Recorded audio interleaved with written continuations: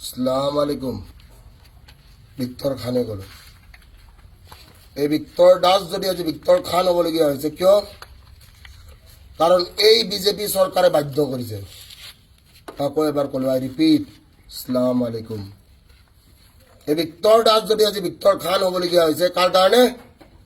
এই বিজেপি চৰকাৰ, যিখন বিজেপি চৰকাৰে কি কয় হিন্দুত্ববাদ। এই বিজেপি চৰকাৰ যিখনে কি বুলি কয় বোলে গেৰুৱা ৰং। কিন্তু এই বিজেপি চৰকাৰে কি কৰিলে আমাক নোহোৱা কৰি পেলালে। মই টুপি পিন্ধা আপোনালোকে দেখিছে।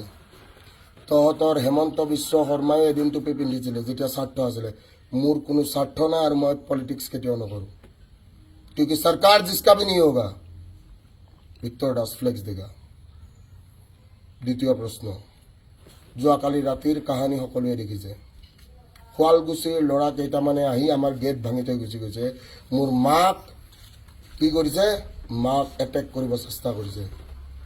কিন্তু কি 100ত ডাইল কৰাৰ পিছত 100ত মোক কি কৰিছে? ব্লক কৰিছে।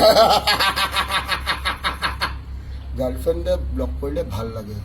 100ত ব্লক কৰি দিছে। 100 ইমাৰ্জেঞ্চি নাম্বাৰ। ঠিক আছে। তৃতীয় প্ৰশ্ন, ভিক্টৰ দাসে আগন্তুক কি কৰিব? ভিক্টৰ দাসে ভিক্টৰ খানক এটাই মেছেজ দিব যে কি ঘৰত থাক আৰু ঘৰত থাকি দুনিয়া কেনেকৈ হিলাব পাৰিব মই শিকাম। জয় অসম। হিন্দু মুছলিম বুলি কথা নাই, জয় অসম সদায় কম।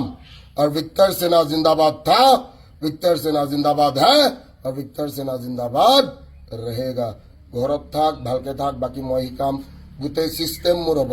হস্পিটেলো মোৰ হ'ব, শ্মশানো মোৰ হ'ব, জেলো মোৰ হ'ব, চব হ'ব। টেনশ্যন নলবি, ভালকে পঢ়।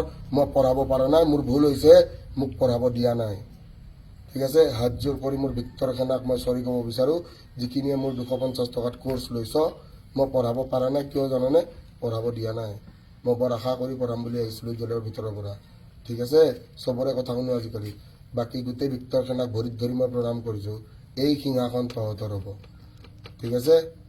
জয় অসম। হিন্দু মুছলিম বুলি কথা নাই, জয় অসম। আকৌ এবাৰ কওঁ, হিন্দু মুছলিম শিখ আছে, আই ৰিপিট, জয় অসম।